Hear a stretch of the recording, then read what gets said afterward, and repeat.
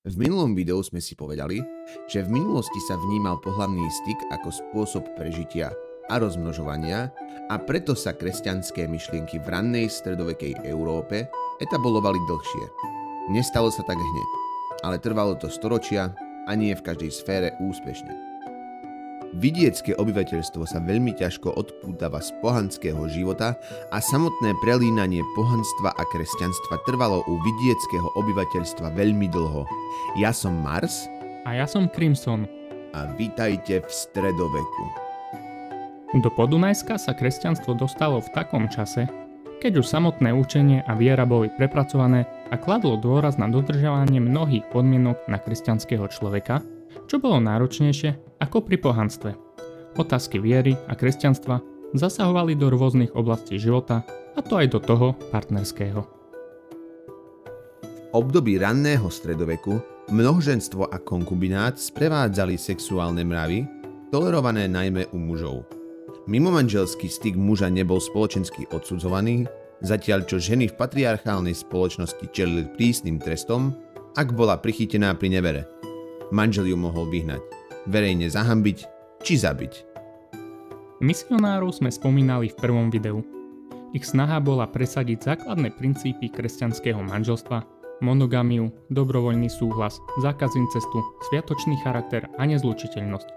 Táto úloha trvala západnej cirkvi takmer tisícročie od zrovnoprávnenia kresťanstva v 4. až 12.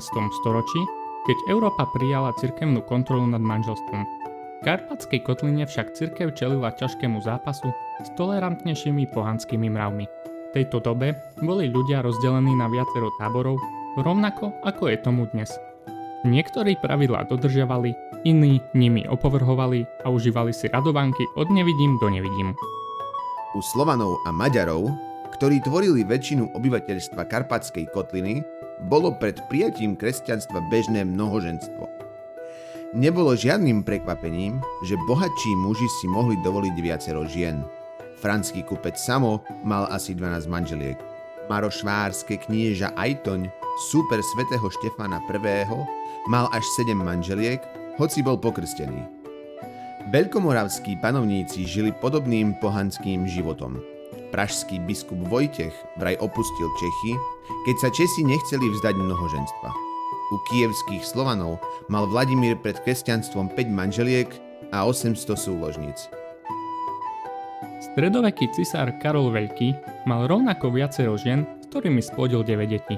Čiže nemusíme hovoriť o tom, že radovanky boli súčasťou ich života. Jeho dcéra Berta opisovala jeho ženy ako výnimočné pre pohľad, čo tým chceme povedať, si môžete predstaviť sami. Jablko nepadá ďaleko od stromu a preto sa z Bertinej výpovede dozvedáme, že posteľné túlenie s hviezdičkou patrilo medzi jej obľúbené činnosti. Postoj cirkvi bol v tejto dobe radikálny, avšak nemal taký dosah na kráľa či jeho dceru. Regulácie skôr fungovali len na bežných podaných. Biblia odsudzuje predmanželský styk, podvody, masturbáciu a všetky formy uspokojenia mimo toho, ktoré majú za účel vytvoriť nový život. Kresťanstvo považovalo sexuálne praktiky ako vydržiavanie mileniek, mimomanželský styk, únos ženy za účelom sobáša, zapudenie manželky či uzatvorenie nových manželstiev za neakceptovateľné a hriešne. Zároveň sa usilovala regulovať aj to, kedy môžu manželia vykonávať pohlavný styk.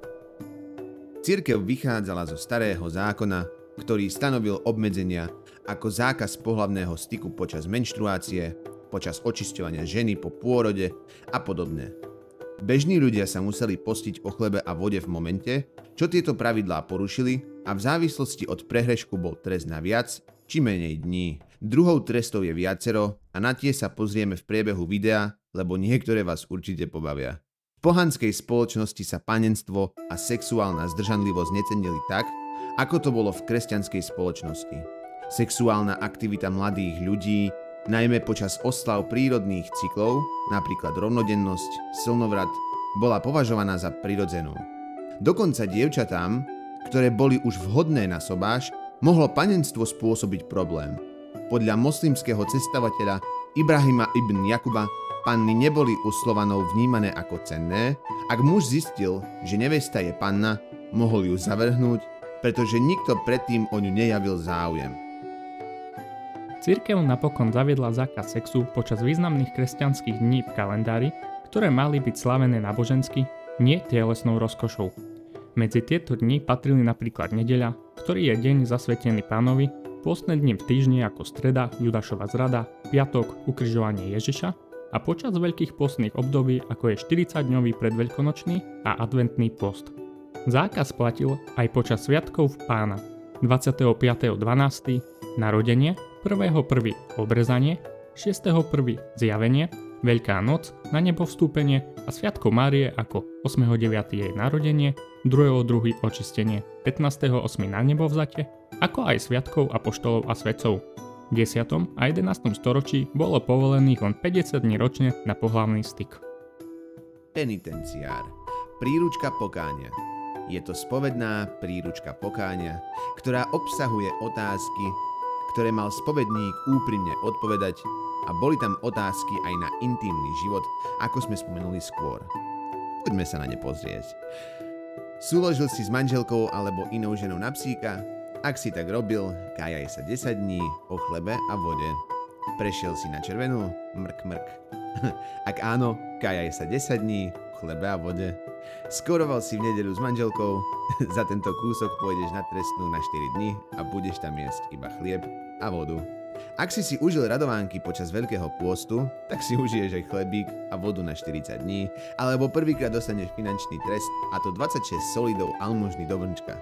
Ak sa to udialo počas toho, ako si sa spoločensky unavil, tak 20 dní, chlebík, vodička, už to poznáš. Odoprieť si posteľné radovánky bolo potrebné aj 20 dní pred narodením Pána, počas nedieľ, cez všetky pôsty, vo sviatky apoštolov, ale aj počas hlavných a známych sviatkov. Ak si to porušil, no, už vieš, čo máš robiť na ďalších 40 dní. A túto pasáž vám doslovne odcitujem z knihy Lásky a škandály v našich panovníckych rodoch, pretože to stojí za to. Smilnil si sám so sebou tak, ako to niektorí zvyknú, že si vzal do ruky svoj úd, stiahol si predkošku a pohyboval rukou tak, že skrze dráždenie si z pôžitku vystrekol semeno? Ak si tak robil, kájaj sa 10 dní o chlebe a vode. Koniec citácie.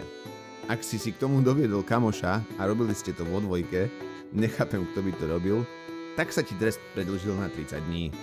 Ak si to robil viac než obvykle s manželkou, tak 10 dní a vieš, čo bude tvoja strava. Pohlavný styk v tehotenstve, takto si sa robil ďalších 10 dní. Keď sa dieťa hýbe, 20 dní. Keď si sa pritom ešte opil, tak bol trest paradoxne nižší, 10 dní. Ostávam v šoku, že alkohol bol poľahčujúcou okolnosťou. A ten najabsurdnejší trest, ak masturbovala žena, dostala trest na celý rok.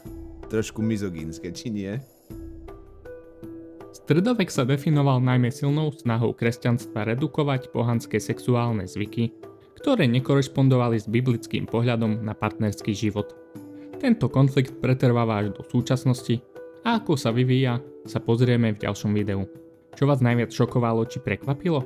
Podeľte sa s nami o váš názor cez komentáre a ak sa vám video páčilo, nezabudnite tam šupnúť like a hodiť odber. Dovidenia!